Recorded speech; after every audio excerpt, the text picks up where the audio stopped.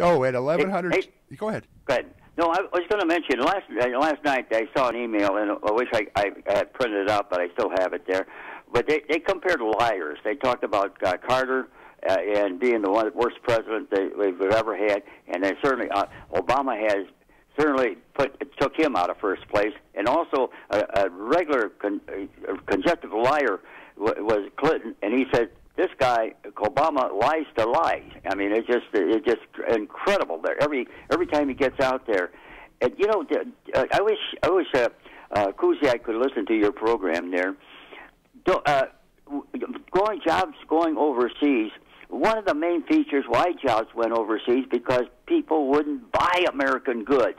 They bypassed. I worked at Kohl's for a bit after I retired, and I told the people, "Hey, there's a union-made shirt there for $35." They picked up the Japanese or Korean, whatever shirt it was, for $15. Sure. And look at the foreign cars they bought. They wouldn't buy the stuff, so a lot of the companies were forced to go overseas, weren't they? That's the bottom line. They're in it to make money. That's exactly right. And a lot of people are advocating, hey, how about make corporate taxes 0%, and people would invest. But there are so many ready, shovel jobs ready that wouldn't cost us a penny, like coal, oil, and gas, that we could proceed with. But one of the things is the regulations. Everybody's afraid. Hey, you two there are in business to make money, aren't you? Yes, sir. And do you have investors? Yes, we do. Yes, you do. And don't you have to produce for your investors? Yes, we do, or else they're going to go find somebody else. That's the fact, Joe. That's exactly right. Everybody's out to make money, and I'm even to my good friend Kuziak. He's in the business to make money. He isn't, and if he doesn't make money, he has to close his doors. I think they ought to look at, when they talk about all the retirement plans in America. Sure.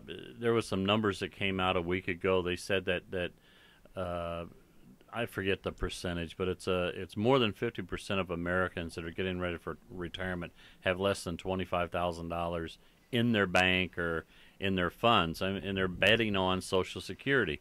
Well, that's probably the worst gamble that you could bet on out there, And why is that? Because we pay so much for everything that we do, and we're taxed so high for everything we do that it's ridiculous,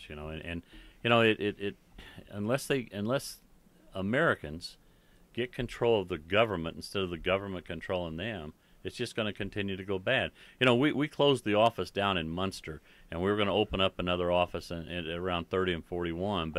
But Stephen and I have talked about this. Why would we want to? We'll save our money right now until this administration is gone. Whether it's this next time or the time after, you can't invest money in a climate like what's going on in our country right now. Why would you want to go out and take on expenses? This isn't what the policy. I mean, Kuziak wasn't referring. When he didn't care whether if you had the money, you should invest anyway as Solyndra and invest in projects like Solyndra that was going to fail. And you want to protect your money. You work hard for your money, and I do too. But I don't want to invest throw money down the sewer there. You're not going to. I mean, anybody that's got half a brain's not going to.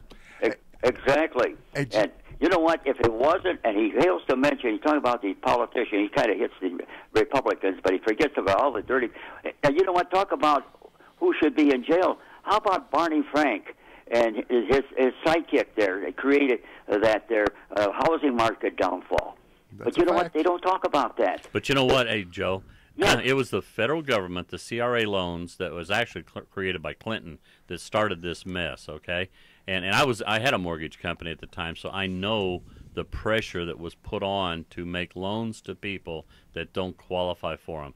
And now they came out last week and they were talking in Illinois about all the millions of dollars that the government's going to give to bail out people to keep them from going into foreclosure.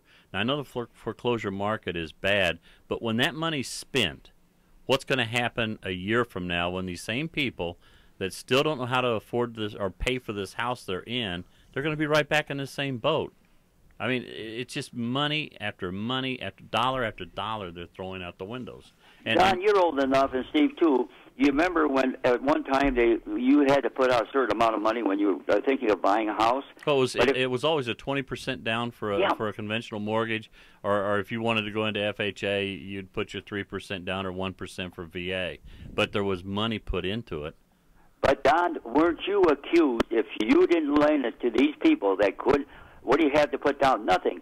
And if you rejected their loan, you were redlining. Hey, I'm going to tell you something. My wife works for a bank, and I'm not going to mention it because I don't want to get her in trouble. Last week they had federal auditors in. Okay, that bank has a branch. The main bank is in Illinois. They have a branch in Indiana, and the auditors wrote the bank up for not giving enough money to nonprofit organizations and people in Indiana. Now you can't keep putting money into things when you don't make the money to start with. Where does this money come from?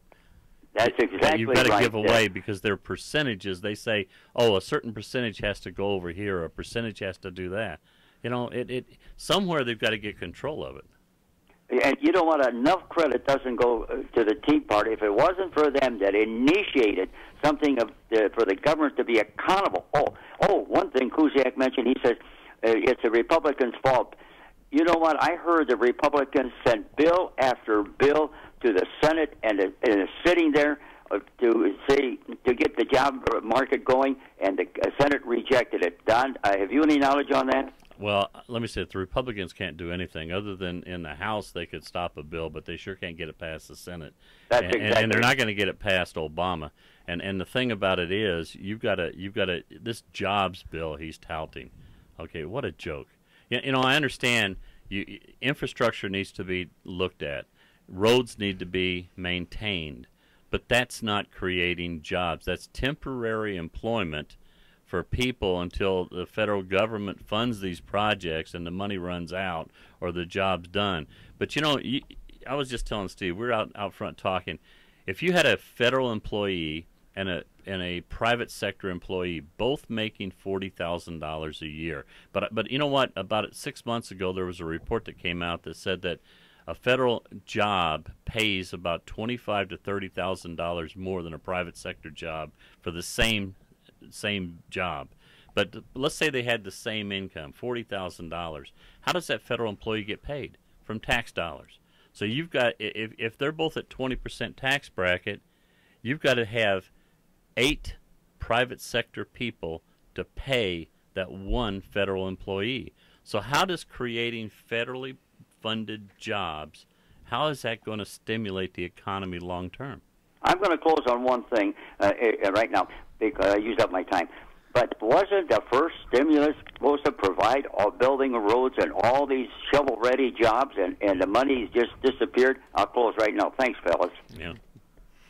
All right, that's Joe from Highland. He's riled up already early in the morning. He's got his coffee in him.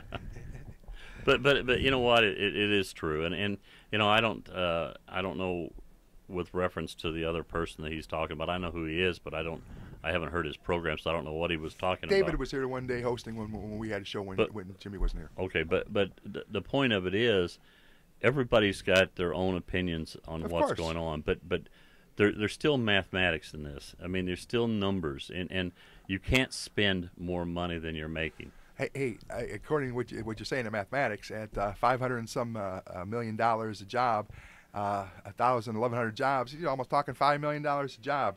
That's sad.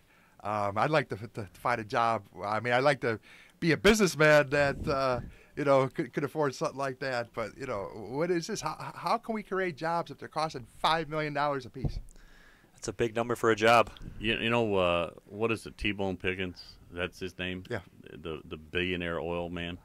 We were going through Central Illinois out in Peoria last week, and going past these windmill farms, and they were talking. He was on television talking about, now he has made his money in oil, okay, but he invested what, $500 million? Yes, in wind energy. In wind energy, and he said on the show, he said he's done everything he could do to make this a viable product, but he cannot get that energy to market, and he says they just can't keep putting money after stuff. It may have the thought might be there, it might be nice, but the technology and everything isn't there to make it a viable. Well, somebody counteracted that and said, well, he's a gas man. He owns most of his income is in natural gas, which is true.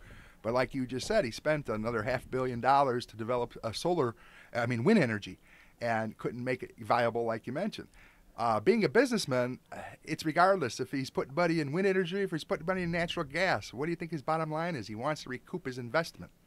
You go down US 41 and I-65, about 60 miles, you see a bunch of windmills. Do you think that's coming to our area? Well, like Don said, where we were, it was about, what, 2.5 hours west of here, a little south. There must have been 100 of them in the horizon. Not one was rotating. I don't know why they were all offline, what the deal was, but it was kind of weird. Doesn't make very much sense to have all of them and not using them. And you know it costs a pretty buck to put those things up. So you're right. It's nothing. And again, you know, maybe they do. I don't know how much a windmill produces. I'm not studied it or looked into it. But bottom line to it is, if they can't get that energy to the places that they need it, I mean, you know, what good is it? Not much good. So. Hey, we got another caller. Let's go to the phone lines. 219-845-1100. Hey, you're on there. What am I listening to? Listen, the windmills in central Indiana, the project's being expanded because they're making money for that community down there. Of course it's able to be used. And this guy, Low Information Joe, the jobs went overseas because nobody would buy American. That's a lie. The jobs went overseas because the shareholders wanted cheap profits from child labor, and that's where it's coming from, or from Chinese labor. And you're the expert of it, right? We're supposed to listen how to do you figure that there's no, if the windmills are up and they're not turning at the time, doesn't mean they're not turning a profit. We didn't say they weren't turning a profit. We said Pickens said his fields weren't turning a profit, and we just said these were not running. So why don't you listen before you mouth off? I'm listening. I'm listening to this crap. The jobs bill should be passed so we can dig out of the hole that you guys got us into. Yeah. People like you who think the shareholders come first and America comes second. It's disgusting when I hear stuff like this, and you should be ashamed of yourself. Listen, have a great day and stay an American, okay? Thank you, sir, and God bless you. There's kinds of every kind, right? Yeah. Well, everybody's got their opinion. I'm just as much an American. You're just as much an American as that man is. I take a bridge to what he said, to be honest with you.